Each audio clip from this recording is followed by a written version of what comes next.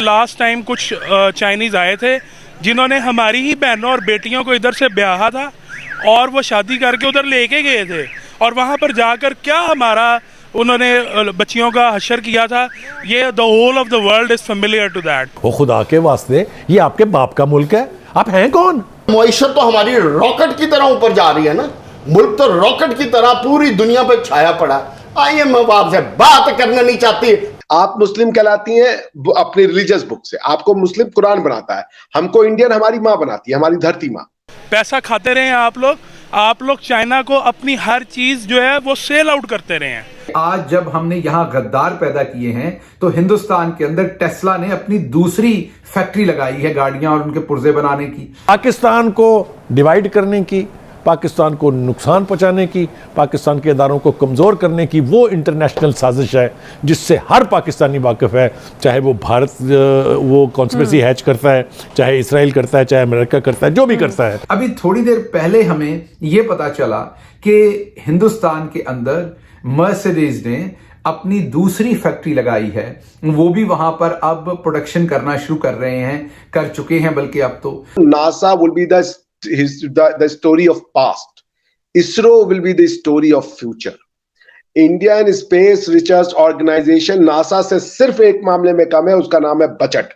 आप नासा के बराबर का बजट इसरो को दे दीजिए, आपको नासा से बेहतरीन रिजल्ट लाके ये लोग दिखा देंगे।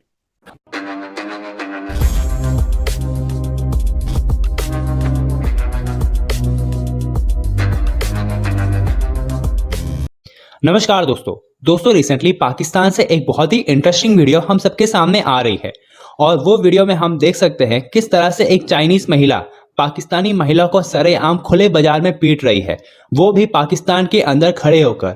और वहां पे मौजूद पाकिस्तानी लोग ना ही उस पाकिस्तानी महिला को बचा रहे हैं और ना ही चाइनीज महिला के खिलाफ कोई एक्शन ले रहे हैं, क्योंकि उन पाकिस्तानी लोगों को साफ पता है कि अगर किसी भी चाइनीज के खिलाफ कोई भी एक्शन लेता है तो चाइना पाकिस्तान का बुरा हाल कर देगा। और दोस्तों इसके साथ साथ हम दूसरे पार्ट में देखेंगे एक कश्मीरी लड़के ने ह्यूमनॉइड रोबोट बनाया है, जिसे लेकर के अब पाकिस्तान हैरान और परेशान है। किस तरह से कश्मीरी के लोग एजुकेटेड है और साइंस में भी उनकी पकड़ अच्छी है और वे भारत की इस तरक्की में अपना योगदान देने को तैयार है। तो चलिए दोस्तों इसी पर आगे पाकिस्तानी मीडिया का रिएक्शन देखते हैं। जब आपका FIA, आपका ओवरसीज पाकिस्तानी जो आपका सबसे बड़ा सरमाया है, उनको यह बताता है कि अगर आपने पाकिस्तान में सियासत के अंदर कोई दिलचस्पी ली और किसी किस्म की सियासी पोस्ट की, मीन आपने किसी सियासी पार्टी के ऊपर कोई क्रिटिसिज्म किया, तो अगली दफा जब आप पाकिस्तान आएंगे तो आप गद्दारी के मुकदमों में धर लिए जाएंगे। और हमें इत्तला मिली है कि नवेडा से एक पाकिस्तानी खातून जिनका नाम बिल्कीस है शायद, उनको पहले ही पकड़ लिया गया है इसी तरह के एक जुर्म में। तो जब आप ये करेंगे उस वक्त हिंदुस्तान के जो ओवरसीज, जिन्हें NRI वो कहते हैं, नॉन रेजिडेंट इंडियंस, आप उनकी तरफ देखें तो आपको नजर आता है गूगल का CEO जो है सुंदर, वो हिंदुस्तान से। आपको नजर आता है माइक्रोसॉफ्ट का CEO सत्या, वो हिंदुस्तान से। आपको अडोब का CEO नजर आता है कृष्णा, हिंदुस्तान से। आपको विमो का CEO नजर आता है अंजलि, वो भी हिंदुस्तान से। आपको स्टारबक्स का इंटरम CEO नजर आता है कॉफी का, वो भी हिंदुस्तान से।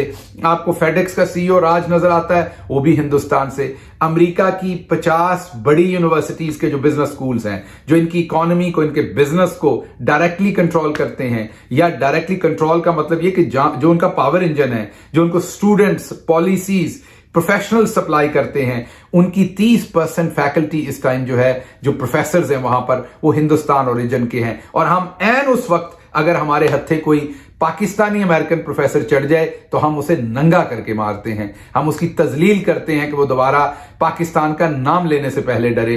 तो जब हम ये कर रहे हैं तो वो पेप्सी की CEO आप देखें तो वो हिंदुस्तान से निकलती है।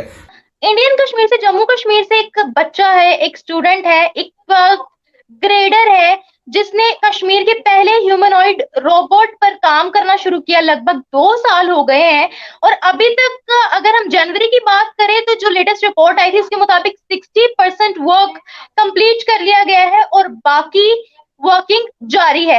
अगर हम बात करें, हम पहले सुनते थे कि इंडिया के इस इलाके से टैलेंट बाहर आ रहा है, इंडिया के इस इलाके से किसी बच्चे ने सैटेलाइट पर वर्क किया है, रॉकेट्स पर वर्क किया है, बट अब हमें खबरें जम्मू कश्मीर से मिल रही हैं, इंडियन कश्मीर से मिल रही हैं।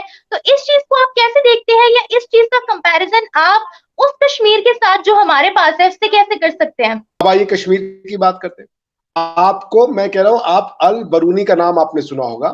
अल बरूनी की किताब है किताबुल अल हिंद, ठीक है, आप उसको पढ़े। मैं आपको राज तरंगिनी नहीं बता रहा हूं, राज तरंगिनी तो एक हिंदू ने लिखा था, और उस समय लिखा था जब ये सब यहाँ पे मतलब उस समय इस्लाम का जन्म शायद नहीं हुआ था। राज तरंगिनी में उन्होंने कश्मीर के सारे राजाओं की विस्तृत विवरण आपको मिल जाएगी हिस्ट्री में। आपको काल्हाना की किताब है, आप पढ़ें अल बरूनी को। वो इस्लामिक स्कॉलर है, आपके हिसाब से इस्लामिक क्रॉनिकलर है, बेसिकली स्कॉलर तो नहीं कहा जा सकता उनको, वो हिस्ट्री लिखते थे। तो उन्होंने जब भारत को एक्सप्लेन किया तो कश्मीर के लिए वो पहले तो वर्ड यूज करते हैं हिंदू कश्मीर, ट्रांसलेटेड वर्जन है, ऐसे शशाऊ की किताब है, ने ट्रांसलेशन किया है। दूसरा वो कहते हैं कि Kashmir was the AP centre of science and technology. Kashmir से बैठ करके ही वो जो, जब दुनिया ये मानती थी कि अर्थ फ्लैट है, तो भारत के जो लोग थे, जो कश्मीर में जो ऋषि मुनि हुआ करते थे, जो थिंकर्स, वो पूरी सोसाइटी तो नहीं हो सकती ना, कुछ लोग ही होते हैं हमेशा से हर सोसाइटी में। तो उन्होंने तारों की मूवमेंट, गणना, और ये कि अर्थ एक स्फेरिकल बॉडी है, और ये सब चीजें वो उस समय बता रहे थे। तो कश्मीर आज का नहीं, कश्मीर नहीं, ये ब्राह्मी और जो शारदा लिपि है जिससे बाद में ये सब बना, देवनागरी, और ये वहीं पे इजाद हुई है। Kashmir was the knowledge hub of India. तो ये जो बच्चे, ये अब आज की डेट में हुआ है कि कश्मीरी हिंदू और कश्मीरी मुसलमान हो गया असल में। तो मुसलमान जो, अब वो कश्मीरी हिंदू को भाई, जैसे आपको मैंने बताया, आपके जो अल्लामा इकबाल साहब है वो कश्मीरी पंडित थे, ये एनसी के जो वो है, क्या नाम है, फारूक अब्दुल्ला, वो कश्मीरी पंडित थे। सब लोग यहीं के थे, इन्होंने कन्वर्ट ही तो किया ना। आप कन्वर्ट हो जाए कोई बुराई नहीं है, लेकिन अपने कल्चर और हिस्ट्री को क्यों भाई आप भूल रहे हो? तो ये जो किया इस बच्चे ने, ये अपनी कश्मीर की संस्कृति का वो जीता जाता उदाहरण है। कश्मीरी अपनी आइडेंटिटी भूल गए थे कि वो हैं कौन, और उन्होंने दुनिया को नॉलेज दिया है। कश्मीर को आप ये पिछले 70-80 साल वाला कश्मीर न समझें। इंडिया की आइडेंटिटी कश्मीर से आती है। कश्मीर ऋषि कश्यप के नाम पे रखा गया है। वहां पे साइंस एंड टेक्नोलॉजी और लैंग्वेज और फिलॉसफी, इन सब का मतलब जिसे कह लीजिए सबसे ज्यादा क्रिएशन हुआ है। आप कश्मीर की हिस्ट्री तो उठा के पढ़े, क्योंकि कश्मीर की हिस्ट्री में इस्लाम एक इंपॉर्टेंट चैप्टर है, मगर इस्लाम ही सब चैप्टर नहीं है। इस्लाम के पहले भी तो कश्मीर में इस्लाम तो मेरे ख्याल से 1000वीं शताब्दी के आसपास आया है।